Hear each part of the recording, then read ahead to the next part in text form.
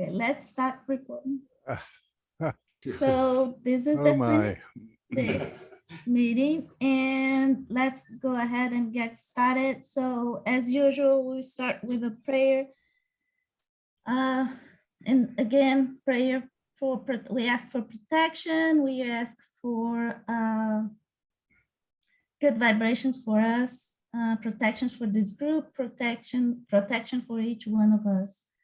So let's close our eyes, relax, and invite our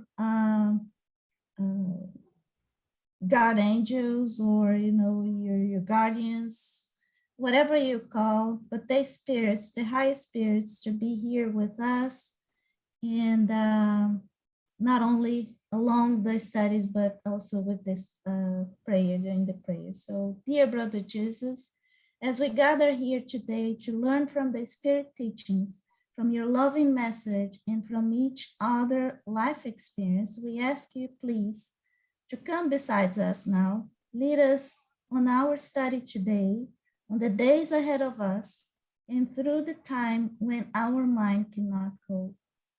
Help us to find peace and calm in inner thoughts. You hold us safe, Jesus. And please do the same for this group, for our mentors here with us today, for our family members, our houses, our relatives, and all of those crossing our mind right now, as well as all of those in me. Amen. So, okay, so in preparation for today's meeting, last Sunday, when I was in this spirit center that I visit with every Sunday here in Houston, so somebody told me about a story that it is in this book, Jesus in the Home. This book is from Chico Xavier, and the spirit is Neo Lucio. It talks about the real charity. Charity, as we can talk about charity, it goes as benevolent or beneficent. And the story is about this rich guy that he, before he was born, he was given a challenge. He was going to born in a rich family. He was going to have a wealthy life, but his challenge was he could not use his money to help the other folks, help the other people, yet he was supposed to help other people around him. So he accepted the challenge, and then he was here. He knew that he was not able to use his money to help other people. So at some point he was in trouble because he didn't know how to achieve that. He didn't know how to help other people without actually donating money or donating anything material. And then one night, something came to his mind that he would then change his ways of, to deal with people. He decided to change and say, for example, every time that somebody was getting mad at him, he was not fighting back. He was not saying anything bad back. He was assuming this very understanding attitude. And then also he starts to pray for that person, thinking that if that person was in a bad situation, if that person was mad, was not happy, etc., it's because it was very unfortunate. So he was praying for the good spirits to help that person to cope with the difficult times that perhaps that person was crossing by. He also decided that he would never tell anything bad about the other folks. The opposite he decided to do, he decided to always say something positive. You know, if the person was too greedy, he was trying to find something good to tell about that person. Well, that person may be a little bit like that, but you know, look how he or she is taking good care of the family, or something like this. So any injustice, offense, instead he was responding with an attitude of forgiveness. He was not bothering about, you know, the bad stuff coming from other people. Instead, he was always having this attitude of forgiveness. And well, all the years passed, and he even had those attitudes like being very proactive. If he was walking on the street and then he could see this rock on the way, he was then thinking, well, what about if someone just, you know, cross this rock and fell off or get injured? So he started to think more and more about the other folks. And instead of being reactive, he decided to be more proactive. So once he passed away, then he thought, well, I am in very good shape because I lived my whole life and I did nothing for the other folks. I did nothing for the hungry ones. I just pray for them.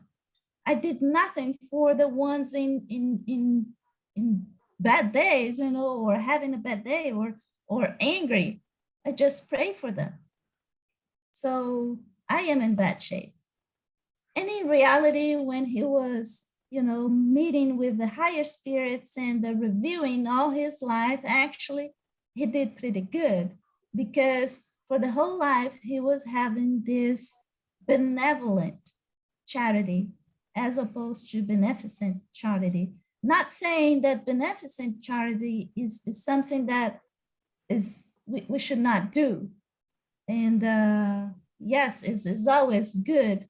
But sometimes when we donate material things, we forget about the other side of charity. As a matter of fact, I just a few minutes ago, before joining this meeting, I was listening to another guy that I follow. He is in Brazil, and he was talking about a story that he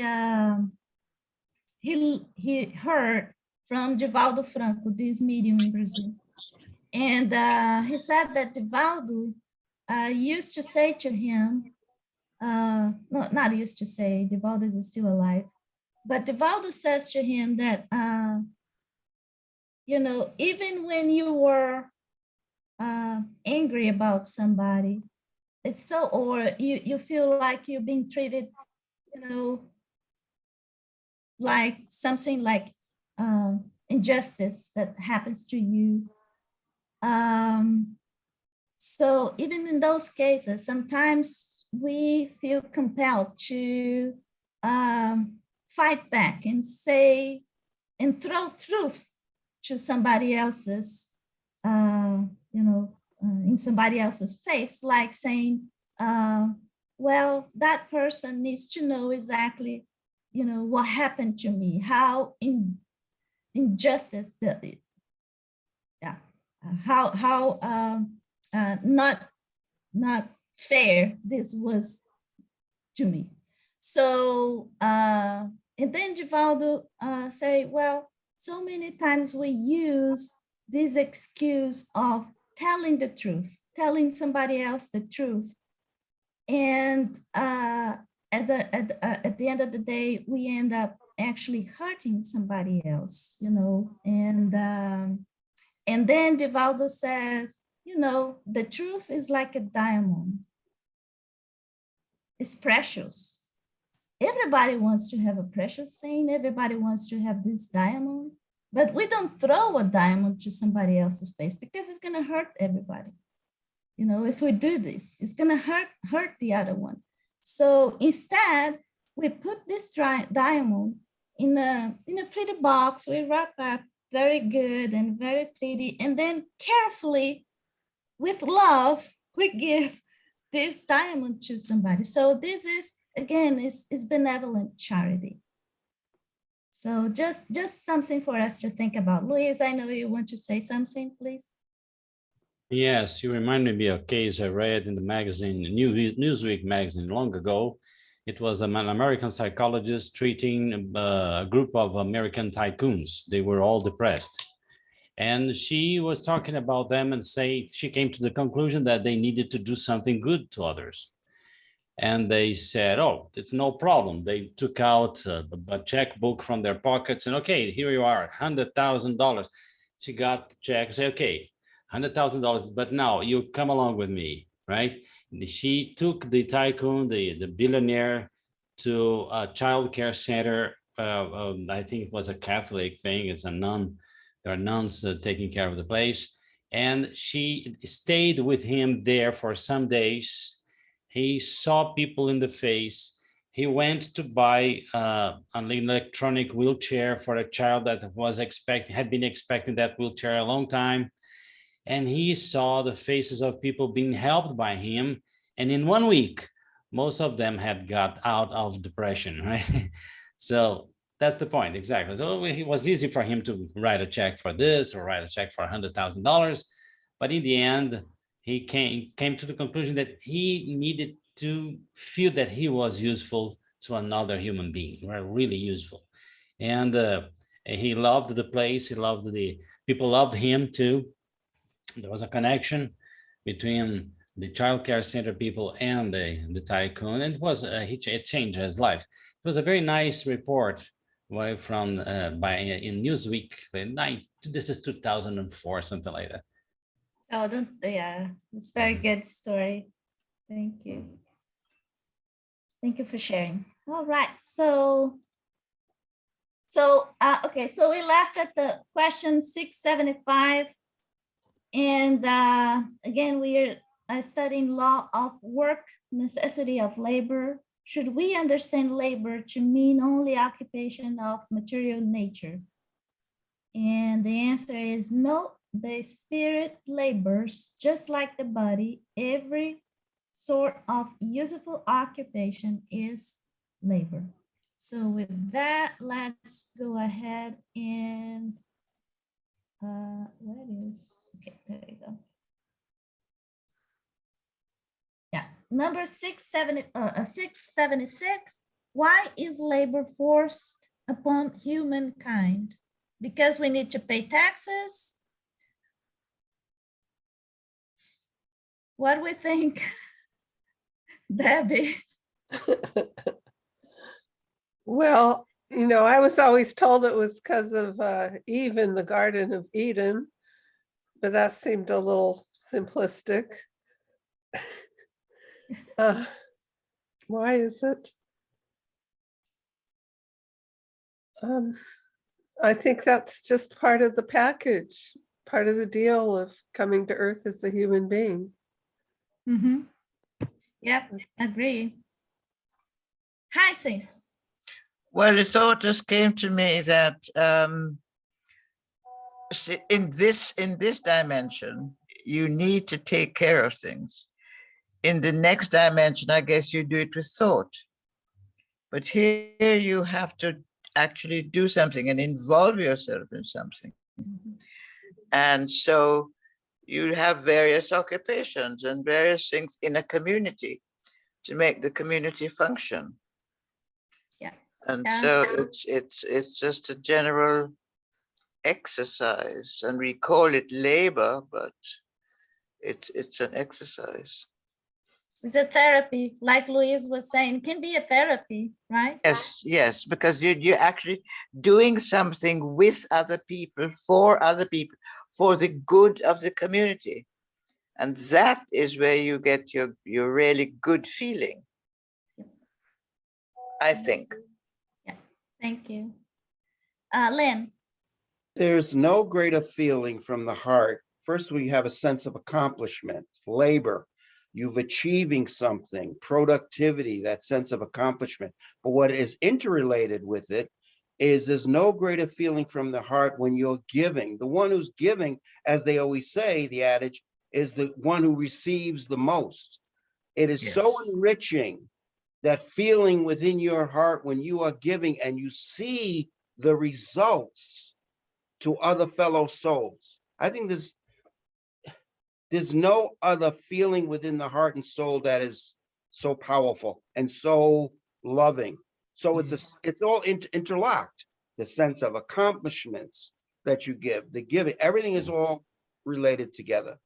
Mhm. Yeah, that's a very good point, because I was hearing somebody else. I was listening to this guy, the same guy that was talking about the story about Divaldo, and he was asking, why do you go to the office? Why do you go to work every day? Just to make money out of this? If this is the answer, then something is not quite right. So it has It's to be hollow. something, exactly. It has It's to be hollow. something, yeah, it's too hollow. So so first of all, the labor means for us, to serve. And as we serve, then we find purpose in our life, right? I Enrichment of guess. the heart and soul, nothing like it. Yeah. Yeah. Would Well, you please? a woman goes into labor to produce. The Eve thing. No, not the Eve, but I mean, she goes into labor to produce a child. Yeah. I don't believe in all of that. That's a nice story, a nice allegory. But yeah, anyway, that's another matter. All right. Thank you, Hyacinth. Would you please read the answer for us, since you were the last one? It is a consequence of your physical nature. It is an atonement and means of developing your intelligence. Without labor, you would remain in the early stages of intelligence. This is why your food, safety, and well-being all rely entirely on your labor and activity.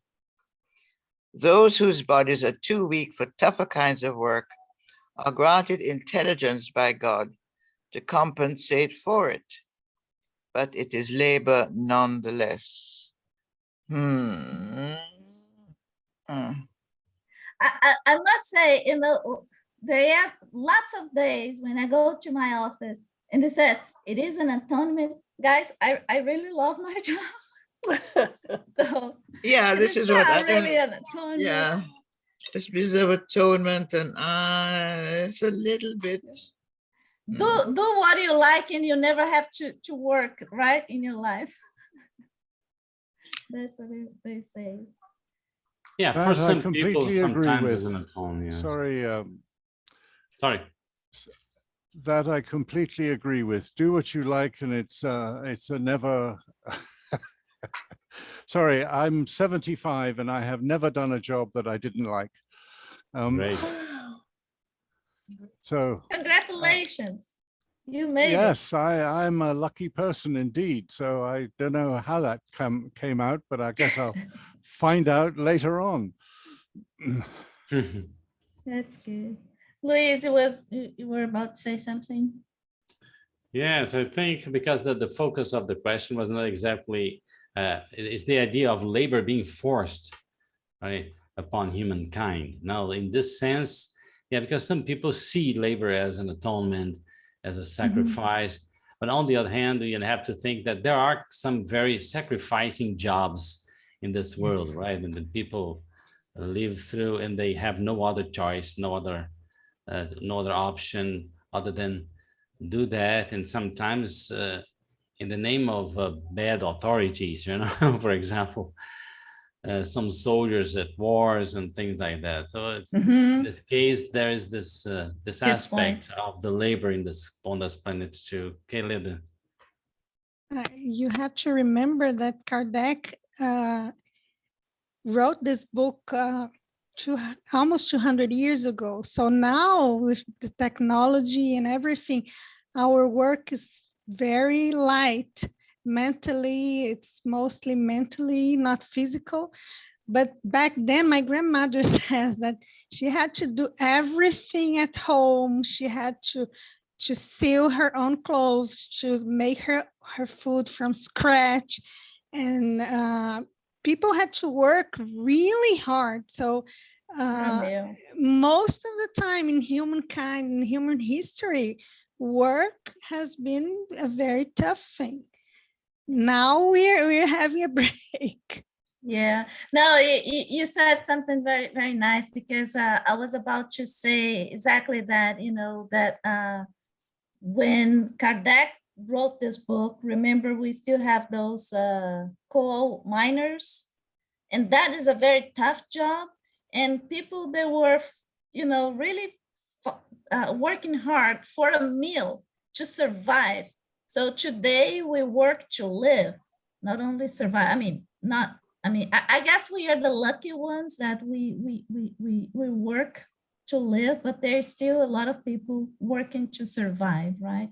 Like Lloyd was Many saying. people, yeah, many people here in Brazil, mostly, many people have physical work that are very stressful, very tiring, very exhausting. Mhm. Yes, I agree. All right, so 677, why does nature itself provide for all the wants of animals? In other words, Kardec was asking, okay, so why the animals, they don't have to work and we have to work, I guess. So why? Mhm. No, I just think intelligence comes up again, but animals are intelligent. Yeah, that's a good point, yeah. I mean, hunter-gatherers, they go on the hunts. That's working. Although it is the women, it's the female lions who do the hunting. But yeah.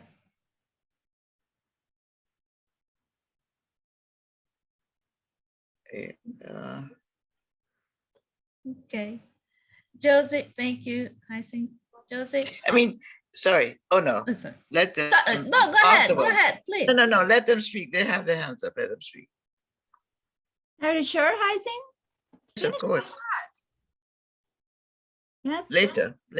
Okay. So one thing I want to remember, the animals are very simple, and they don't need a house, they don't need clothes, they don't need to worry about these all material things that we do. So I think for them, and another thing, I think I can see some anxiety in the animals, but they are very they use the instinct. And somehow I think we lose faith. If you don't work, we don't do anything. Is the food's coming? How it's coming? Maybe wood, Jesus Christ said, like the animals, if you have faith, it would come somehow. But I can see this other level of when we need to go and do the things, but I don't know, something like that. Yeah, good point, Josie. Thank you. Carol. I think that animals are so instinctual about their life, and they don't have the kind of needs that mankind has. So they live a simpler life. Mm-hmm. Yeah, it's very simple. Yeah, thank you. Lynn. Well, necessity is the mother of all invention. If you look at animals, it's survival. They have to do that. A prime example is when you take an animal, then you put it in captivity in a zoo, they would never survive out in the environment again. So they lose those skills because it's not necessary anymore, instinctively, or what all these package of talents that are they have. So it's survival, it's necessity. So they have to keep all these particular instinctive talents. But once they get in captivity, they never survive out in the wild. That's true. Yeah, yeah, good point. Yeah. Thank you. Debbie? Oh, I was just thinking that animals do labor. Like I've watched birds build their nests. Precisely. Yeah. Yeah, bring the worms to their baby birds. And I watch the squirrels here. I watched one time, you know, I had a second floor bedroom and this wasp decided to build her nest, whatever you call it, next to my window. And my goodness, was that labor intensive. And then we knocked it down. I actually felt bad, but I didn't want a bunch of wasps. Yeah, yeah.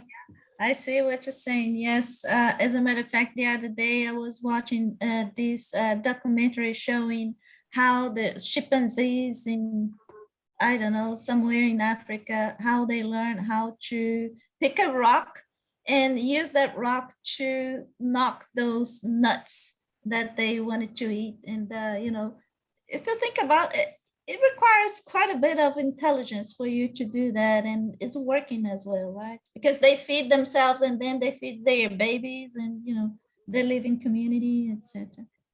Thank you, Luis. I was thinking about that part. Jesus Christ says that, consider the ravens, for they neither sow nor reap, which neither have a storehouse nor barn, and God feeds them. How much more are you better than the fowls, right? And that part, consider the lilies, how they grow. They toil not, they spin not, and yet I say to you that Solomon in all his glory was not arrayed like one of these. So showing that what we call the determinism, right? Because when you are under this determinism, you will life converges to help you get what you want. But when it comes reason, when you are now with a continuous reasoning, now you came to adolescence of the life of the spirit. So you're going to be responsible for what you do, and you're going to get your food by yourself and things like that. Yeah, yeah, that's very. I did recall that there is a book, right, about this. I know it comes from the Bible, but also Kardec mentioned that same in a lot of his books as well. Yeah, just Hi, Sif.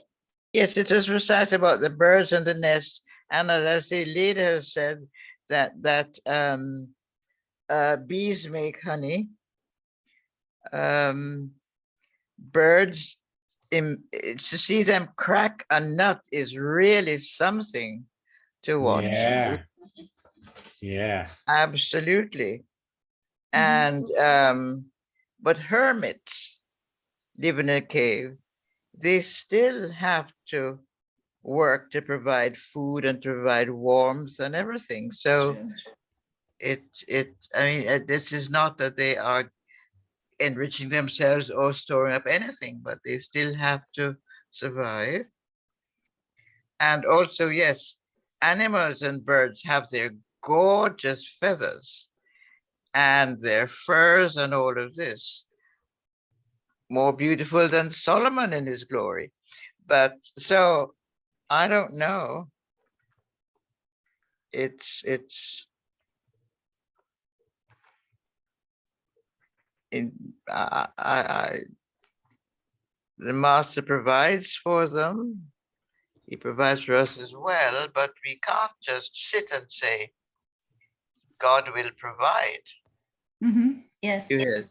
God helps those who help themselves. So it's, I think the world has to get a balance, I think. Yeah. Thank you, Heise. Livia, Luis? I think the animals have the instinct to find their food. Of course, they work too, and they labor a little, But it's like a child, as we said, a child of the spirit, the child of the spirit, a baby searching for to feed, and like as we are child, we search food, we search something to do, but we don't have to like we have the same way we have, of course. Yeah, To do it. They don't Yeah. pay taxes. yeah, Yeah, they don't pay kind of. taxes. Yeah. Yeah. So Livia, you were the last. So would you please read the answer? Oh, yeah. Everything nature labors. The animals work as much as you do, but they work like their intelligence is limited to providing for their own survival. This is why labor does not lead to progress in animals, while among human beings, it has a double purpose of preserving the body and developing thought, which is also necessary and continually raises them to a higher level. When I saw that the labor, when I say that the labor of animals is limited to their survival, I mean that this is in their purpose in working. They unconsciously support the views of the Creator when they provide for their material needs. Their labor contributes to nature's final end, and although you often fail to realize its immediate result. Questions, comments on the okay. Moving to the next, 678. In more advanced worlds, are human beings subjected to the same requirement to work? What do we think?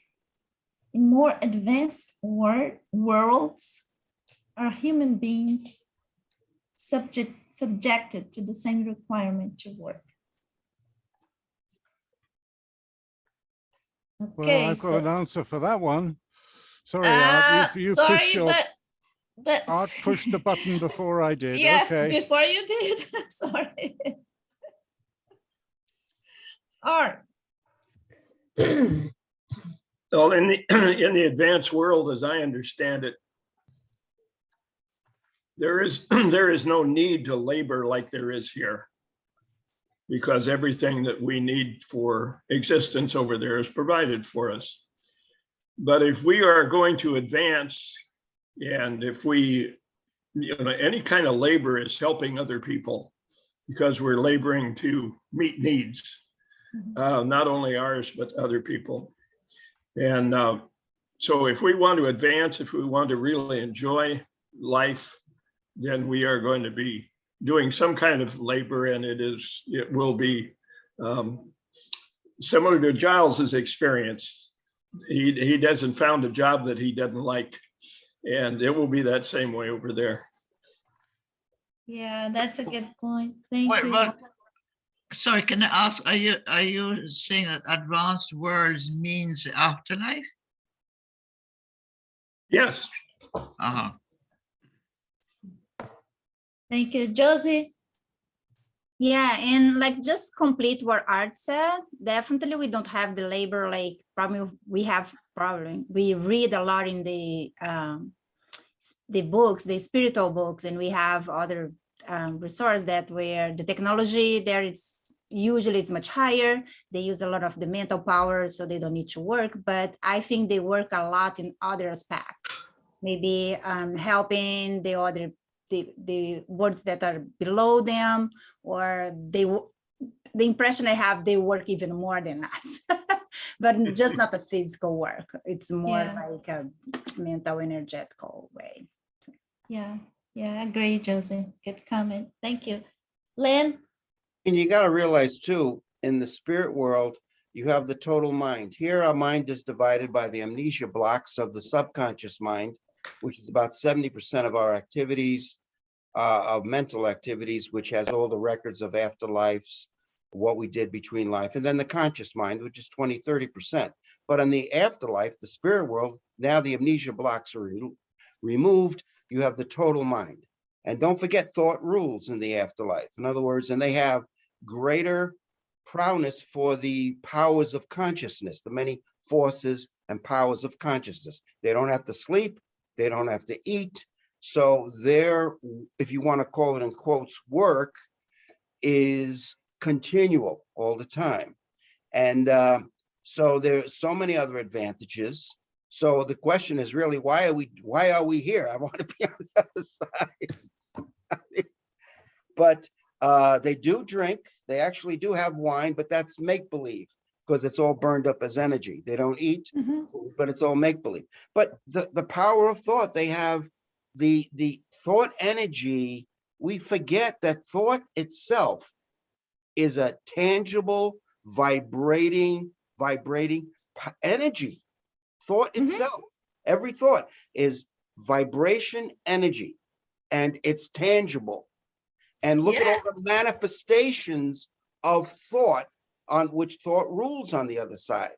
So you want to call it work in quotes, but it's all about consciousness, learning to manifest all the forces and energies and powers of consciousness and the total mind that is combined.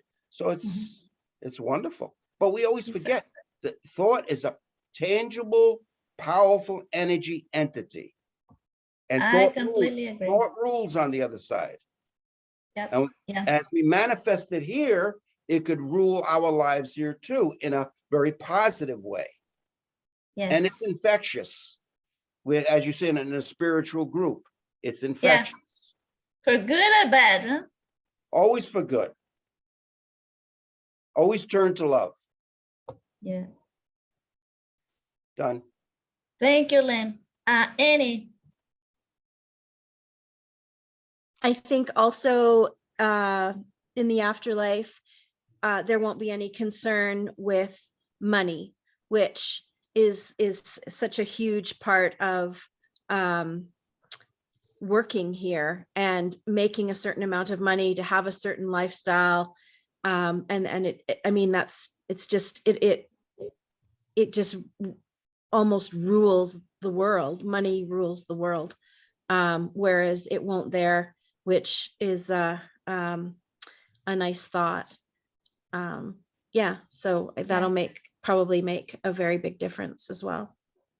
Yeah, good point. It's so easy to get distracted. When you mentioned, people trying to follow this lifestyle and such. So it's so easy to get distracted, and then there you go. That's what you're working for a lifestyle, not to be happy. Thank you. Since you were the last one, Annie, would you please read the answer for us?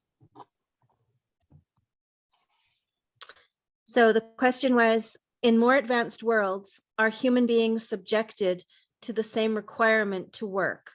And the answer is, the nature of labor is always relative to wants.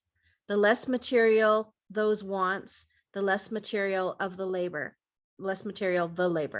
It is erroneous to think that human beings in those worlds are inactive and useless, since idleness would be torture rather than a luxury. Yeah, I can add something here. This world we're in has many different areas, and in at least one country that I know, if you don't feel like working after you leave school, you can go to your Social Security office and say, I don't like the idea of working. And the Social Security office will tell you to go to 2 doctors and say that same thing to each doctor. And the thing you are saying is, the idea of work is horrible for me. And thereafter, you will be placed on Social Security for the rest of your life at a decent living wage with enough money for beer, rent, and travel, and food, and clothes. And healthcare, of course, is part of a natural system. Now, I know which country that is. Does anybody here know which country that is? What about I was going to political ask you which suicide? one. I never heard of that. You never heard of it? Switzerland. Yes, Sweden. You Sweden, were in yeah. it. You should know. No. Doesn't No, work like to that. you, Hyacinth, you're wrong. In Sweden, I you don't am have to work. telling you that it does not work like that. Well, I was standing there in front of a Swede who had done that, and he told me that in Sweden, that's what we do. Okay, Annie, you're suggesting it's Canada. And I think that the suicide rate may be high too, isn't it? Well, with a Yes. winter like that, what can you expect? I was Yeah. thinking Kuwait. Kuwait, oh dear, no such luck. All I right. mean, no, it's possible. I don't know. I cannot tell you in Kuwait, but I Well, do know I- about Sweden. And Well, I Tyson, do- you should know about Sweden since you lived there and were married to one. Precisely is what I'm saying. That is a very, very strange thing, because I know ongoing as we speak, a situation where this is not getting any social help, because this is it. I thought So about that- Switzerland. It takes you Wasn't it 8 years Switzerland? to join. No, I'm talking about Sweden. No, Swiss want you to work. They'll give you a gun Yes. to take home and 1,000 rounds of ammunition, but which is nice because that's their only army. But that's a different system. Anyway, I want to say one more thing about the humans and working. There are many different civilizations, planets in our galaxy with humans on them, and most of those civilizations are much more civilized than this one. They don't have civil wars for a start. Some of them are run by women, which means which means they work perfectly. So that's the answer to that. Okay. Thank you, John. Guys, just a minute. Today we're gonna have to leave a little bit earlier because of a meeting with the youngsters about this stuff here, about spiritism. Well, great pleasure to be with you. Okay, I'll be here next Saturday for the meetings as usual. Kisses. All right, See you, bye-bye. See you, Luis, Livia. Next week. By the See way, you. people, whenever you want some help, maybe you're going through some, dark moment, just send an email for us to pray for you. This next make this group more united in terms of prayer too. We're going to practice this kind of link. It's so important. Yep. And then, okay, so suppose you're kind of choked by some situation and say, oh, come on, there's nobody for me to talk now. Send an email to us, and then we put your name in the prayer groups we participate in. It's gonna be nice. That's See a you good then. Bye. reminder, Luis, because every Friday night we meet and we pray for the ones, Yes. asking for prayers. Really, indeed. What's the email address? I have, You can send to mine and then I can Okay. add to the list. Yes, Mhm. I'm gonna send you. Okay. Okay. See you, Luis. Thank you.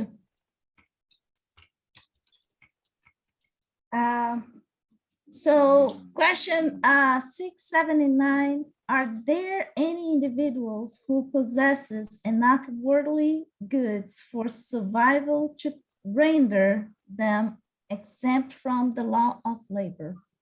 Yes. what's that? That came out loud real fast.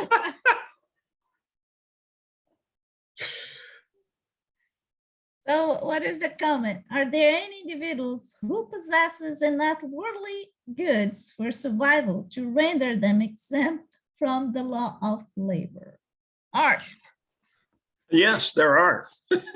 Some people are born rich. Yeah. And unfortunately, I was not one of them.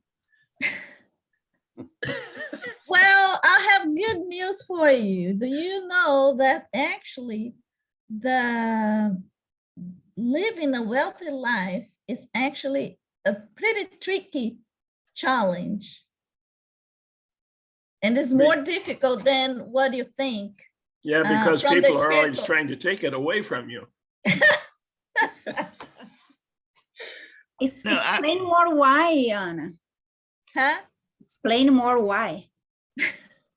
Yeah, well, yeah, that's what I was about to say. The reason why is because it's so easy to get distracted to exactly those worldly goods, and not be aware of, the afterlife, and not be aware of the things that we need to work inside, to do our inner work.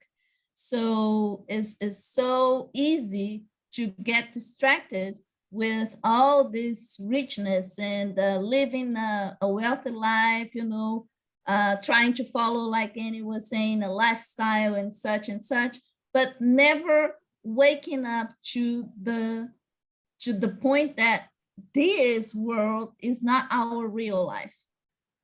We are just here for a purpose, to serve, to work, to improve ourselves, to learn more. And then if we don't do this, if we just get distracted with, you know, Ferraris and, you know, first class tickets and traveling everywhere and just enjoying life, once we go to the afterlife, then we realize that actually we waste a very good opportunity to learn something, to get, you know, or to do something useful for somebody else. All right. Len?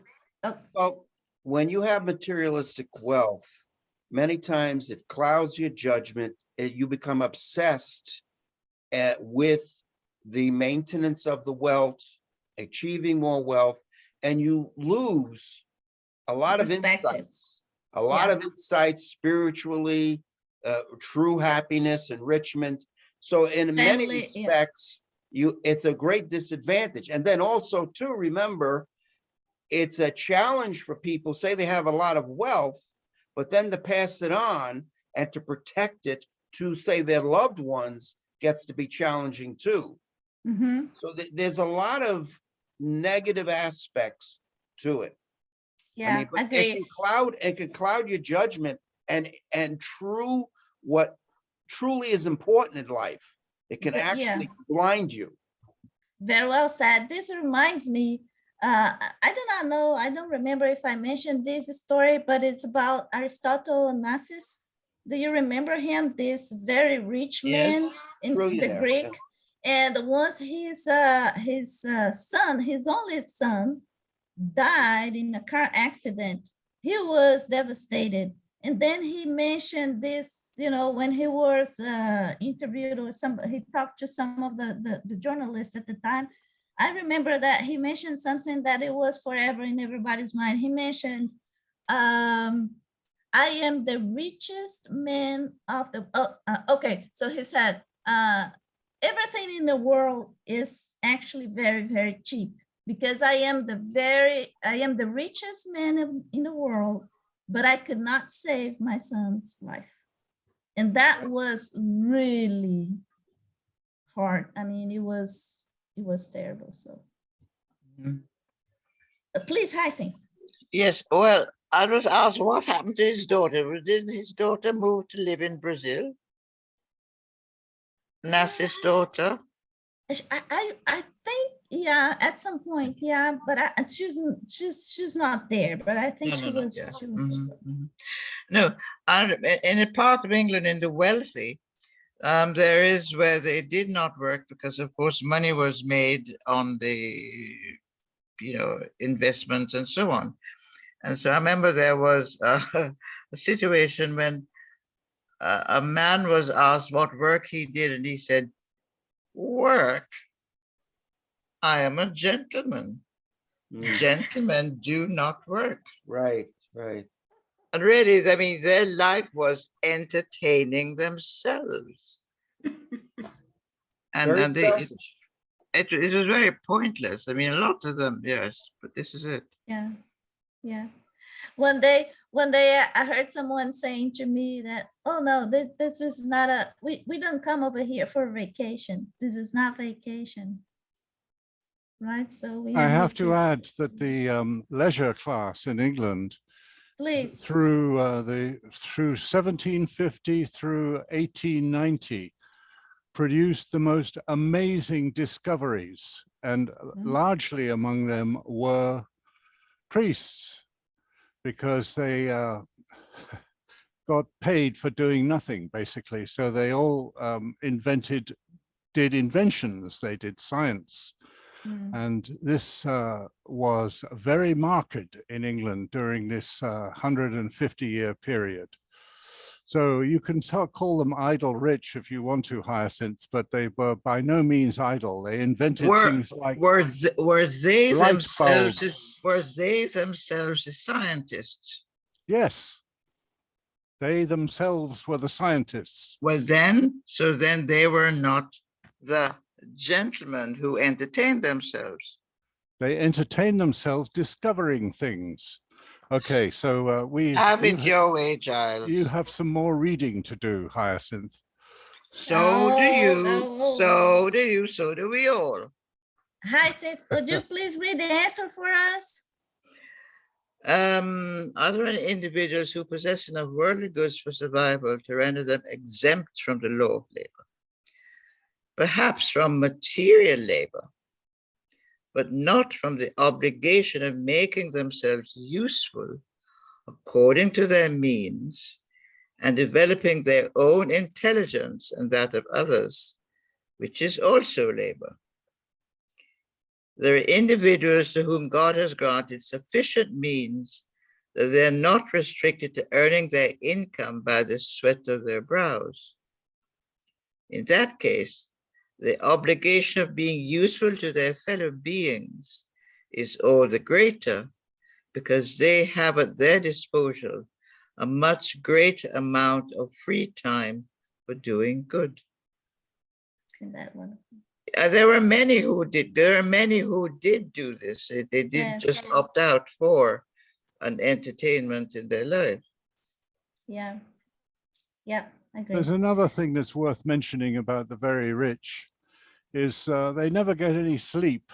They don't sleep well, as anybody will tell me who has been very rich, because you know your enemies are out to get you. And if you sleep, you don't know whether they bribed the guards or not. And so you get very little sleep and you have a long and worried existence.